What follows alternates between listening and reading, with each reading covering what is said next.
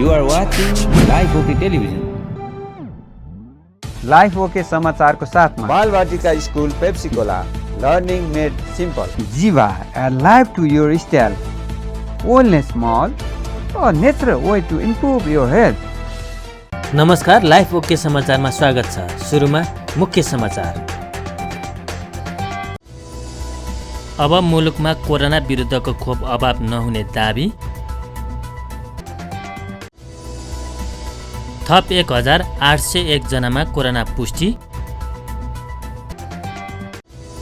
प्रधानमन्त्रीले हतार विश्वासको मत लिन खोजेको निष्कर्ष।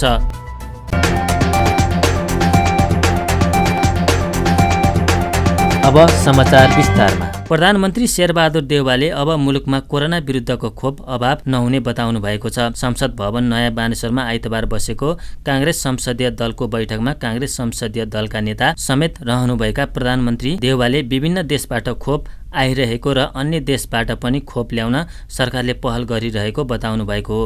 उहाँले सबै नागरिकलाई खोपको पहुँचमा ल्याई कोरोना संक्रमण मुक्त बनाउन सरकार प्रतिबद्ध रहेको धारणा राख्नुभयो। उहाँले व्यवस्थित तवरले खोपको वितरणका लागि पनि आफूले निर्देशन दिएको जिकिर गर्नुभयो। त्यस्तै उहाँले सर्वोच्चको आदेशलाई स्वीकार गर्दै सहकार्यका लागि पूर्व प्रधानमन्त्री केपी शर्मा ओलीलाई आग्रह गरिएको बताउनुभयो। सरकारले सबै पक्षलाई समेटेर अघि बढ्ने उहाँको भनाइ छ।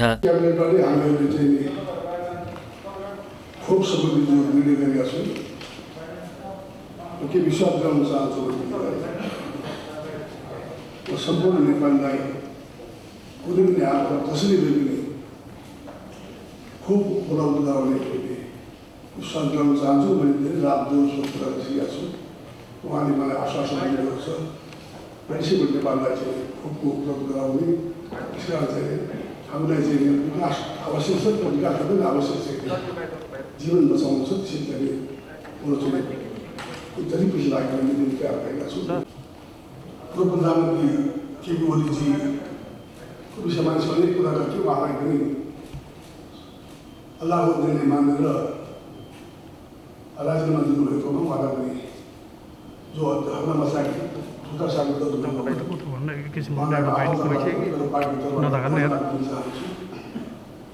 अरू सबै साथीहरू माधव नेपालजी लगायतका साथीहरू चाहिँ माधवजीका साथी छेलाती साथीपछि विश्वास गर्नु भने मैले आधी रिसाउनु भएको छ। उहाँलाई कुरा गर्नु छ।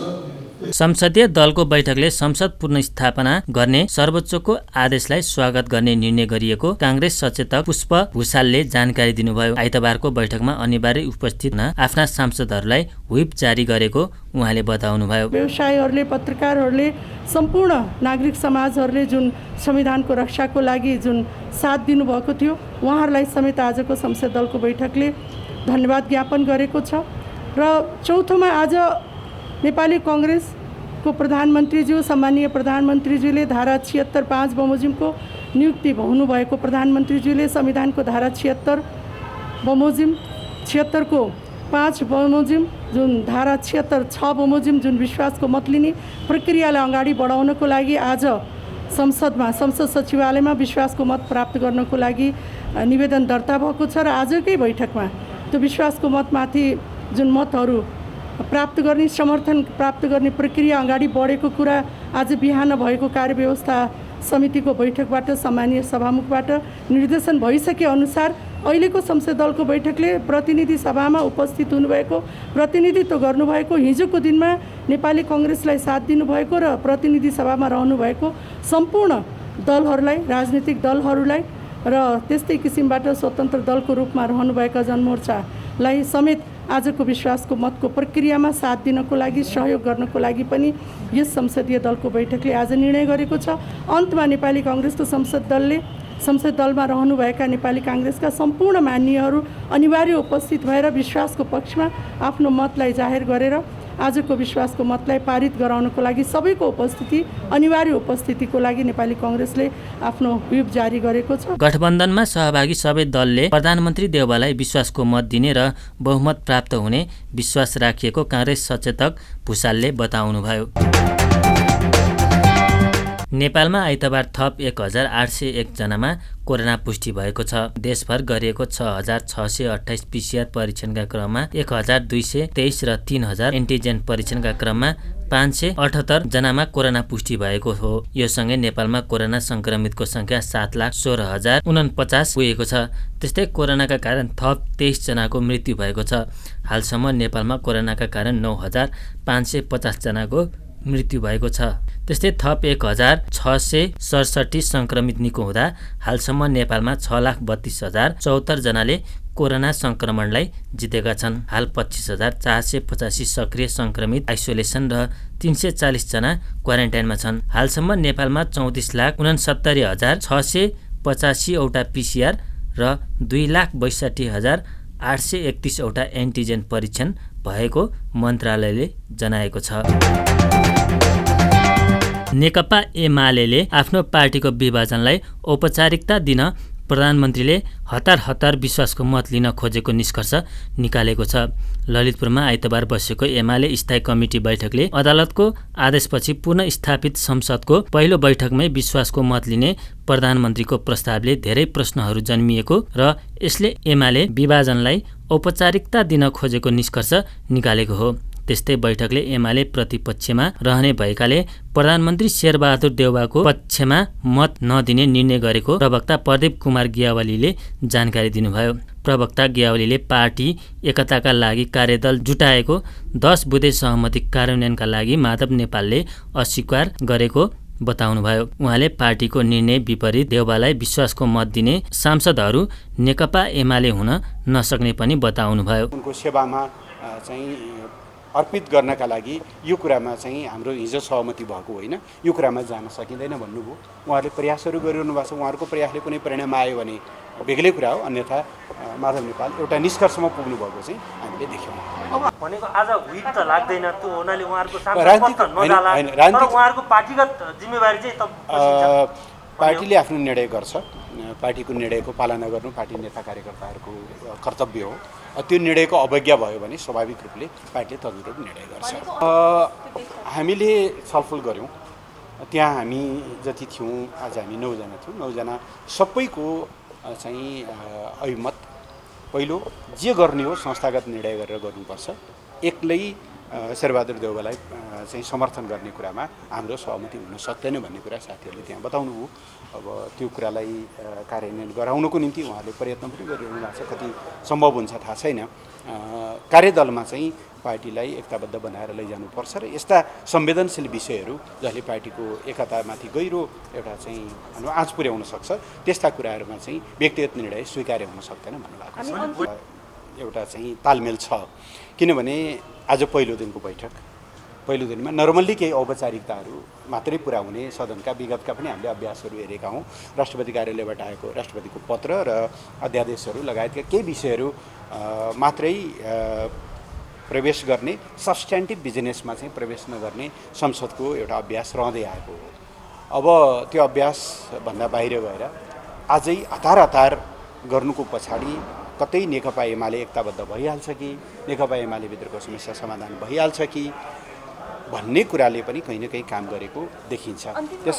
बैठकले 10 बुँदे सहमतिका आधारमा पार्टीलाई एकताबद्ध बनाउने निर्णय पनि गरेको प्रवक्ता गियावलीले बताउनुभयो। बैठकमा एमालेका माधव नेपाल पक्षका नेताहरू भने सहभागी भएका थिएनन्। जनता समाजवादी पार्टीका महन्त ठाकुर र उपेन्द्र यादव पक्षले पार्टीको आधिकारिकतामा दाबी गरेको छ। आइतबार निर्वाचन आयोगमा भएको सुनवाईका क्रममा दुवै पक्षले पार्टी आधिकारिकताको दाबी गरेको हो। आयोगमा पुगेर दुवै पक्षका नेताहरूले पार्टीका नाम चिन्ह आफूहरूले पाउनुपर्ने बताएका छन् भने दुवै पक्षले आफूसँग बहुमत कार्यकारिणी सदस्य रहेको दाबी गरेका छन्। सुनवाईपछि जसपा उपेन्द्र पक्षका नेता महेन्द्र राय यादवले पार्टी आधिकारिकताका बारेमा भएको माग दाबीमा विधि र विधान अनुरूप टुङ्गो लगाउनु पर्ने बताउनुभयो। आफूहरूको हस्ताक्षरलाई सर्वोच्चले समेत मान्यता दिएकाले आफूसँग बहुमत सदस्य रहेको उहाँको भनाइ छ। अर्को पक्षले नै पार्टीबाट अलगिने बताएको उहाँले बताउनुभयो। यहाँ पनि हाम्रो बहुमत छ, कार्यकारिणीको बहुमत छ। त्यो आधारमा हाम्रो माग दाबी के छ भने हामीले अधिकारता पाउनुपर्छ र यो बहसले हामीलाई विश्वास छ निर्वाचन आयोगले ऐन नियम कानुनको परिधिभित्र रहेर हामीले बहुमत प्राप्त हुन्छ भन्ने हामीलाई विश्वास चाहिँ छ। होइन त स्वाभाविक रूपमा हो। अब हिजो उहाँहरू जासपाईमा हुनुहुन्थ्यो होइन, केही साथीहरूलाई अहिले पनि होइन, हामीले सबैलाई आह्वान गरेका थियौँ, तपाईँहरू आफ्नो भुल सुधार गर्नुहोस्, आउनुहोस्, आत्मलोचना गर्नुहोस्, तपाईँहरू आउनुहोस् भनेर। उहाँहरूको अधिकारको कुरा हो, उहाँले मान्नु भएन र उहाँहरूले होइन हामी पार्टी विभाजनतिर नै जान्छौँ होइन, प्रक्रिया र विधिको अनुसार अगाडि बढोस् भने अस्ति सम्मतिको लागि समय पनि हामीले आग्रह गर्दा पनि उहाँहरूले मान्नु भएन। तर हामीले अब यो पार्टी हो, पार्टीमा यसरी प्रसिद्धि निर्माण हुन्छ। अब यो अवस्थामा हामीले निर्वाचन आयोगमा अधिकारताको लागि आएका छौँ, किनकि अहिले अब यो देशमा जुन प्रकारको अहिले एउटा विशेष स्थिति छ र हामीले शेरबहादुर देउपालाई प्रधानमन्त्री बनाएका छौँ। हामीलाई मतदान गर्नु छ र यो मतदानको सरल बाटो मतलब मतदान हुनुभन्दा पहिले निर्वाचन आयोगले हाम्रो फैसला एउटा आधिकारिक गरिदिनुपर्छ भन्ने हाम्रो मान्यता रहेको छ। त्यसै आधारमा आज बहस छ। चाँडै चाहिँ निर्वाचनलाई सकाइदियोस् भन्ने हाम्रो आग्रह पनि निर्वाचन हामीले आग्रह। त्यस्तै महन्त पक्षका नेता लक्ष्मण लाल कर्णले अर्को पक्षको दाबी कानुन सम्मत नरहेको बताउनुभयो। उहाँले आयोगले जसपाका बारेमा छिट्टै निर्णय गर्नुपर्ने धारणा राख्नुभयो। अरू साथीहरूले उहाँको बहस जितिसकेका छ। मेरो तर्फबाट हाम्रो पक्षबाट मैले अहिले ओपन गरेँ, बहस गरेँ र मैले के भने यसलाई धेरै समय लगाउनु पर्ने जरुरी नै छैन। उहाँको दाबी कानुन सङ्गत नै छैन। मैले पार्टी सञ्चालन गर्न सकिनँ, मैले निकालेको मान्छेलाई राखिदियो भने त निर्णय गरेर राखेँ भने निर्णयमा च्यालेन्ज छैन। पार्टी सञ्चालन उहाँ गर्न सक्नुहुन्न भने के निर्वाचन आयोगले गएर सञ्चालन गरिदिने? त्यसकारणले उहाँको दाबीमा जुन 43 को गको दाबी गर्नुभएछ कुनै अवस्थै छैन। त्यो अवस्था नभएको कारणबाट खारिज गरिदिनुपर्छ र हामीले पुनर्गठित जुन उहाँ समेतले अधिकार दिएर महन ठाकुरलाई कार्य समिति पुनर्गठन गर्नुभयो, त्यो निर्विवाद छ। आजसम्म त्यो निर्णयमा कतै उजुरी छैन, केहीमा उजुरी नभएको कारणले त्यसलाई मान्यता दिनुपर्छ भन्ने। पार्टीको आधिकारिकता विवाद निरूपणका लागि राजनीतिक दल सम्बन्धी ऐनको दफा 43-44 अन्तर्गत आयोगले सुनवाई गर्न लागेको हो। आयोगले सुनवाईका लागि प्रमुख निर्वाचन आयुक्त दिनेश कुमार थपलियाको नेतृत्वमा आयुक्तहरूको 5 सदस्यीय इजलास गठन गरेको छ। नेकपा एमालेका उपाध्यक्ष भीम रावले संसद पदबाट राजीनामा दिनुभएको छ। सर्वोच्च अदालतको आदेशबाट दोस्रो पटक पुनर्स्थापना भएपछि प्रतिनिधि सभाको 8औं अधिवेशन बसेको बेला रावलले पदबाट राजीनामा दिनुभएको हो। उहाँले अराजनीतिक क्रियाकलाप रोक्न आफूले प्रयास गरे पनि नसकेपछि राजीनामा दिएको बताउनुभयो। राजनीतिक तहमा अनैतिक घृणित काम भइरहेकाले तिनलाई रोक्नका लागि अधिकतम प्रयास गरेको उहाँले बताउनुभयो। अराजनीतिक गतिविधिको मितियार नबन्नका लागि प्रतिनिधि सभाबाट राजीनामा दिएको उहाँको भनाइ छ। मेरो राजीनामाको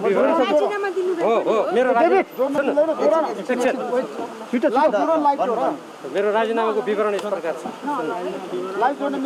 जोडिसकेको छ ल भन्छ है त। सुन्नु सम्मान्य सभामुखज्यू,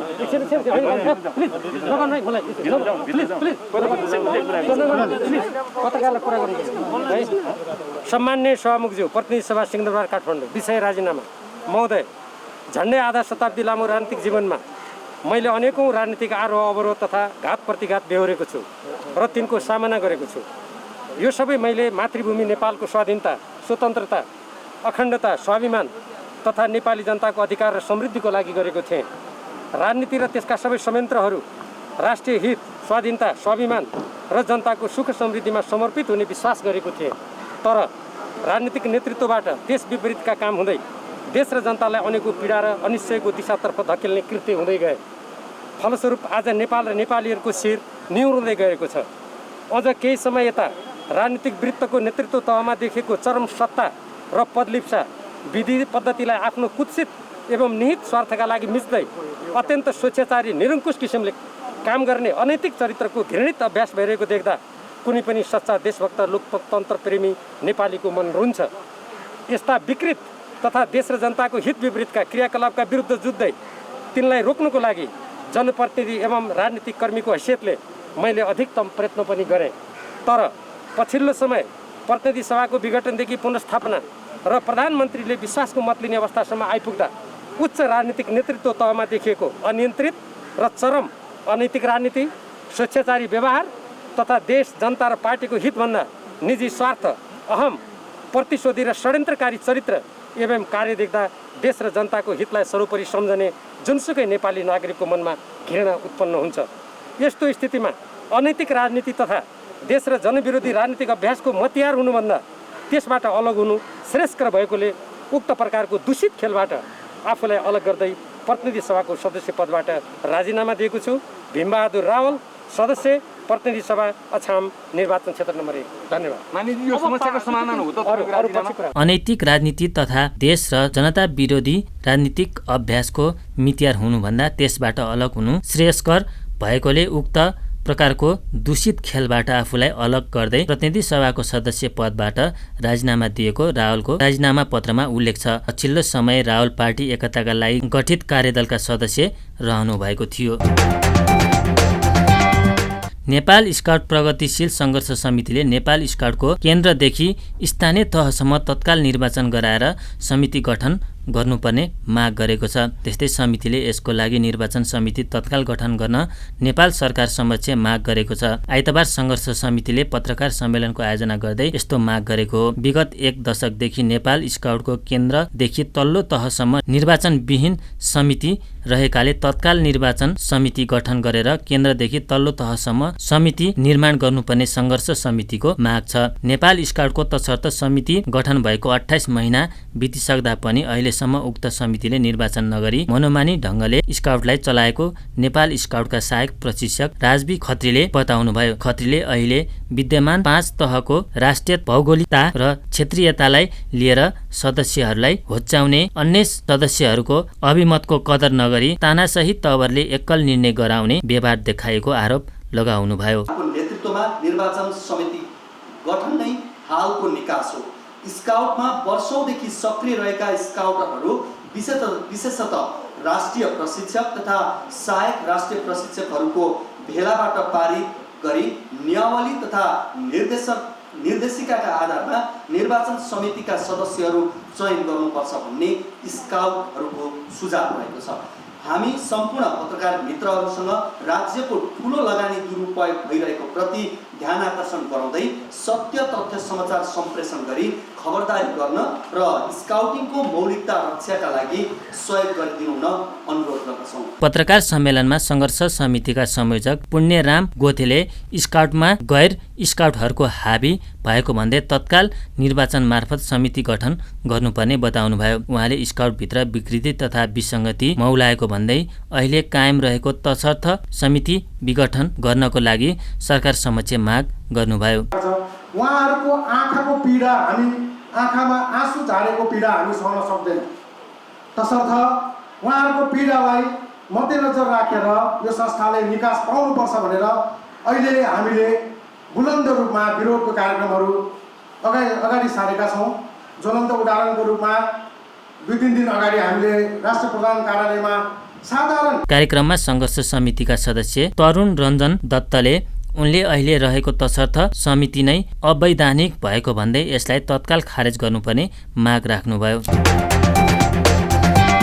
भारत सरकारले नेपाललाई कोभिड-19 रोकथामका लागि 150 आइसियु बेड उपहार स्वरूप प्रदान गरेको छ। आइतबार स्वास्थ्य मन्त्रालयमा नेपालका लागि भारतीय राजदूत विनय मोहन क्वात्राले कानुनी मन्त्री ज्ञानेन्द्र बहादुर कार्कीलाई आइसियु बेड हस्तान्तरण गर्नुभएको हो। कार्यक्रममा कानुनी मन्त्री कार्कीले कोभिड विरुद्ध लड्न भारतले गरेको सहयोग सदैव प्रशंसा योग्य रहेको बताउनुभयो। मन्त्री कार्कीले नेपाल भारत बीचको सम्बन्ध ऐतिहासिक रहेको र निकट भविष्यमा पनि सहयोग आदान प्रदान हुने विश्वास व्यक्त गर्नुभयो। Brethren, for the fight against COVID-19, we greatly appreciate the facilitation and the support of Her Excellency and all the embassy team in the endeavors. Long live Nepal and India relations cooperation. एक दुई अरू कुराहरू पनि राख्न चाहन्छु।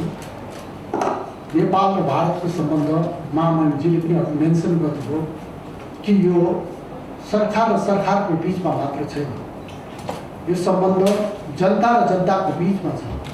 र हाम्रो ऐतिहासिक सम्बन्ध छ र हामी एउटै सभ्यता र संस्कृतिमा हुर्केका देशका नागरिकहरू। त्यसैले अहिले नेपालको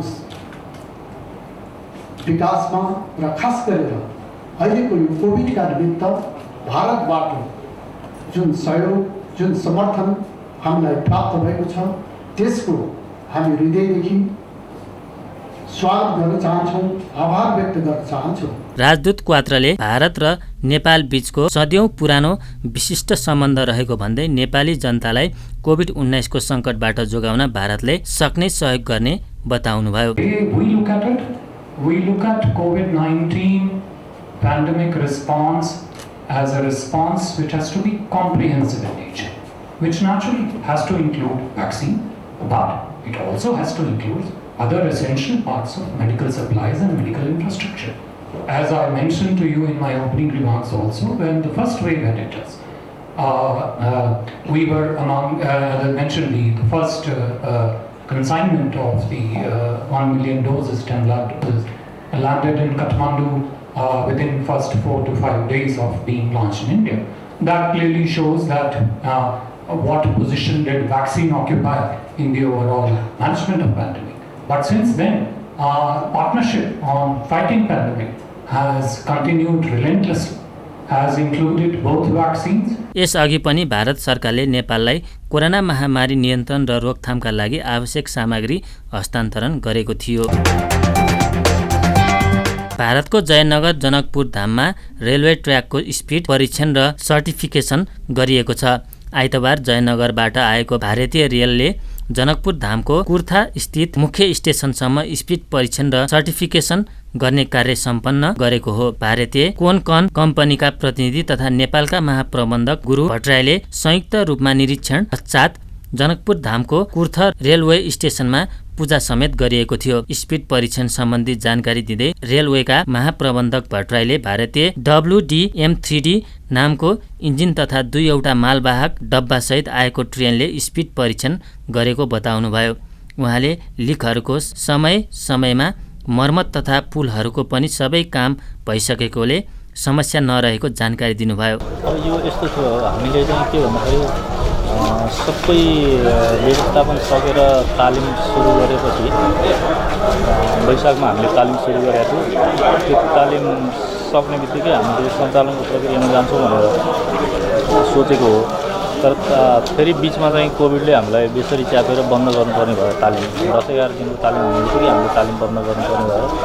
अनि हामी 2 महिना जति हामी समय त्यसै कोभिडको कारणले भयो। त्यसपछि फेरि हामीले अलिकति कोभिडको स्थिति अलिकति सामान्य भएपछि हामीले तालिम कन्टिन्यू गऱ्यौँ र तालिम भर्खर अस्ति 25 गते हामीले तालिम सम्पन्न गरेका छौँ। त्यो लिकको अवस्था के छ होइन, बस्तीहरू कस्तो छ, त्यो सबै उहाँहरूले जज गरेर अनि त्यो अनुसार चाहिँ यो सञ्चालनको चाहिँ मोडालिटी उहाँहरूले बनाउनुहुन्छ होइन।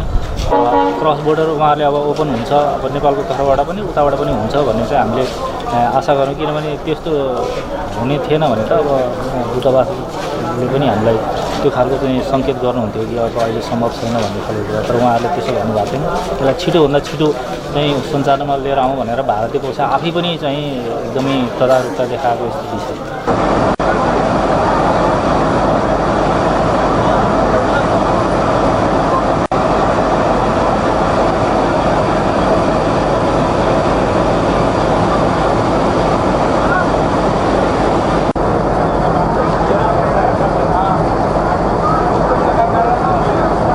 सरकारले पटक पटक नेपालमा रेल चल्ने भनेर मिति किटान गरे पनि रेलवे चल्न सकेको छैन। महाप्रबन्धक भट्टराईले रेल नचलुमा राजनीतिक खिचातानी महत्त्वपूर्ण कारण रहेको बताउनुभयो। तोकिएकै मितिमा रेल चलाउनका लागि सम्पूर्ण तयारीहरू गरिए पनि सरकार परिवर्तन भएको कारण रोकिएको उहाँको भनाइ छ। नेकपा माओवादी केन्द्रले प्रधानमन्त्री शेरबहादुर देउवालाई विश्वासको मत दिने निर्णय गरेको छ। आइतबार सिंहदरबारमा बसेको माओवादी संसदीय दलको बैठकले प्रधानमन्त्री देउवालाई विश्वासको मत दिने निर्णय गरेको सांसद मातृका यादवले जानकारी दिनुभयो। उहाँले प्रतिनिधि सभा विघटन विरुद्ध हस्ताक्षर गर्ने सांसद भन्दा पनि धेरै मत देउबाले पाउने दावी गर्नुभयो। उहाँले 150 जना भन्दा बढी सांसदले प्रधानमन्त्रीमा देउबालाई समर्थन गर्ने पनि बताउनुभयो। प्रतिनिधि सभा निरन्तर चलोस् भन्ने पक्षमा माओवादी केन्द्र रहेको उहाँले बताउनुभयो। योदेखि तपाईहरु देख्नुभयो जो जसले सही गर्छ सबैमा विश्वास के पत्ता भन्छ नि त। नगर्नेहरूलाई पो थियो तर नगर्नेहरू पनि विश्वासको मत दिने हामीले सुनिरहेको छौँ। पावर सेयरिङको प्रमुख कुरो होइन, पहिले विश्वासको मत लिएपछि हामी छलफल गरेर अब त्यसमा पनि कुनै विवाद हुन्छ जस्तो मलाई लाग्दैन र अलिकति हामी उहाँहरूको पनि पर्खिरहेको छौँ। माधवजीहरू के गर्नुहुन्छ, सरकारमा आउनुभयो भने त उहाँको लागि पनि त भाग दिनु पर्यो नि त। सत्ता समीकरणका बारेमा भने बैठकमा छलफल नभएको उहाँले जानकारी दिनुभयो।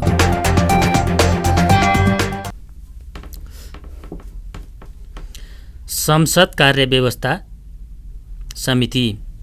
प्रधानमन्त्री शेरबहादुर देउवाले आइतबार प्रतिनिधि सभामा विश्वासको मत लिनुहुने भएको छ।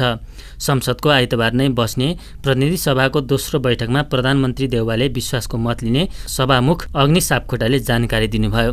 संसद बैठक अघि सिंहदरबारमा बसेको कार्यव्यवस्था परामर्श समिति बैठकले संसदको कार्यसूची समेत तय गरेको छ। संसदको दोस्रो बैठकमा प्रधानमन्त्री देउवाले विश्वासको मत लिन्छु भन्ने प्रस्ताव पेश हुने सभामुख सापकोटाले जानकारी दिनुभयो। त्यस्तै आजको पहिलो बैठक राष्ट्रपति कार्यालयबाट प्राप्त पत्र बढेर सुनाउने, अध्यादेश पेश हुने र शोक प्रस्ताव पारित भएर समापन हुने र केही बेरमा नै दोस्रो बैठक सुरु हुने सभामुख सापकोटाले बताउनुभयो। पहिलो बैठक समापन हुन्छ र त्यो बैठक समापन भएको केही समयपछि फेरि दोस्रो बैठक प्रारम्भ हुन्छ। दोस्रो बैठकमा आज प्रधानमन्त्रीज्यूले विश्वासको मत लिन्छु भनेर मलाई पत्र पठाउनु भएको छ।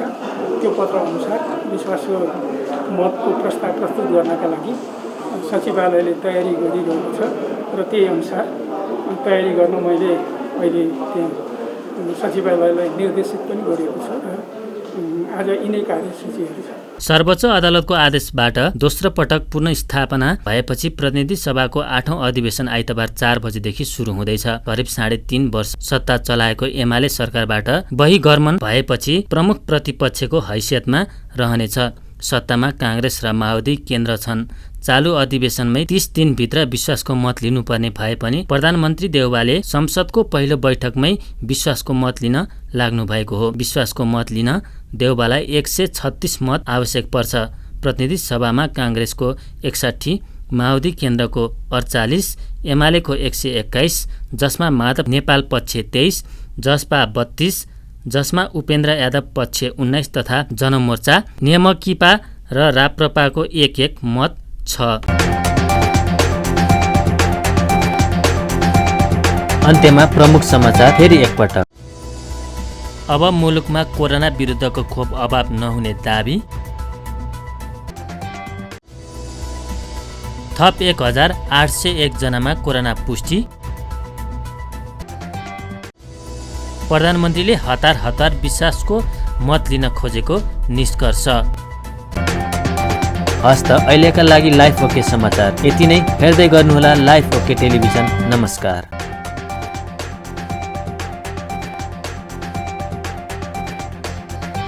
लाइफ ओके समाचारको साथमा बालवाटिका school Pepsicola, learning made simple. जीवा, a life to your style. Wellness Mall, a natural way to improve your health.